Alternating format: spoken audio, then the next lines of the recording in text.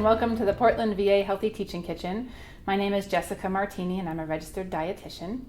So today we're going to be making a bright and crunchy seasonal shredded salad that can be used as a side dish, or it can be a topping for burgers or sandwiches. So it adds a boost of fiber and antioxidants to any meal. And we're going to use some apples, some carrots, and some cabbage today. So you can use pre-shredded carrots and cabbage if you'd like to, just to make it a little bit easier. We're going to use about half of a small cabbage head, so about like a pound, and you're going to shred it. So it should equal about 2 cups. We're going to use green and purple cabbage today just because we have it. And we're also going to add 1 medium grated carrot, so it's about half of a cup of carrots. I'm going to use my hands because you all aren't eating this. And I'm going to add 1 apple. So this is 1 apple chopped really finely. It doesn't matter what kind of apple. If you want to use a red apple or green apple, that's totally fine. But you just want it to be chopped pretty finely so that you get a good mix of ingredients on each forkful. If you want to use a grater, you could grate the apple using the larger side of a cheese grater, but that's just up to you. You could also use a food processor if you wanted to.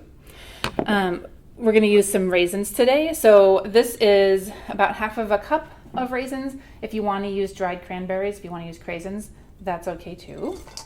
We're going to add those.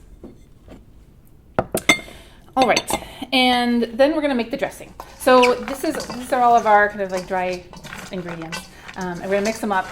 Look at all the different colors. It's really pretty. So we're going to set that aside, and then we're going to make the dressing. So with the dressing, we're using about half of a cup plain, non-fat Greek yogurt. I'm going to mix it all together here. And then we can put a little bit of lemon juice. It's like half of a tablespoon to 1 tablespoon of lemon juice. You could also use apple cider vinegar if you wanted to. This will also help keep the apple really bright. And we can use a little pinch of salt, about 1/4 teaspoon or so. You can always add more. It's hard to add less. So I'd say start with a little bit. And then we are going to add a little bit of a sweetener. So you can use honey if you wanted to. You could use like maple syrup. You could use agave. I'm just going to add a little splash of sweetener. That's probably about half of a teaspoon. Again, you can always add more if you would like to. So this we're going to mix up, and then we're going to toss over our salad. And coleslaw is always kind of tastes best if you eat it the same day that you make it. So I'd suggest doing that. And if you're not going to do it that way, if you want to get a little meal prep going on first, you can prep all of your veggies, all the ones we put in the bowl, and the fruit, and you can prep the dressing separately and just keep them separately in the fridge. So when you're ready to eat them, you can mix them all together and then have still like a crispy, crunchy salad. All right, so we're just going to mix this all up.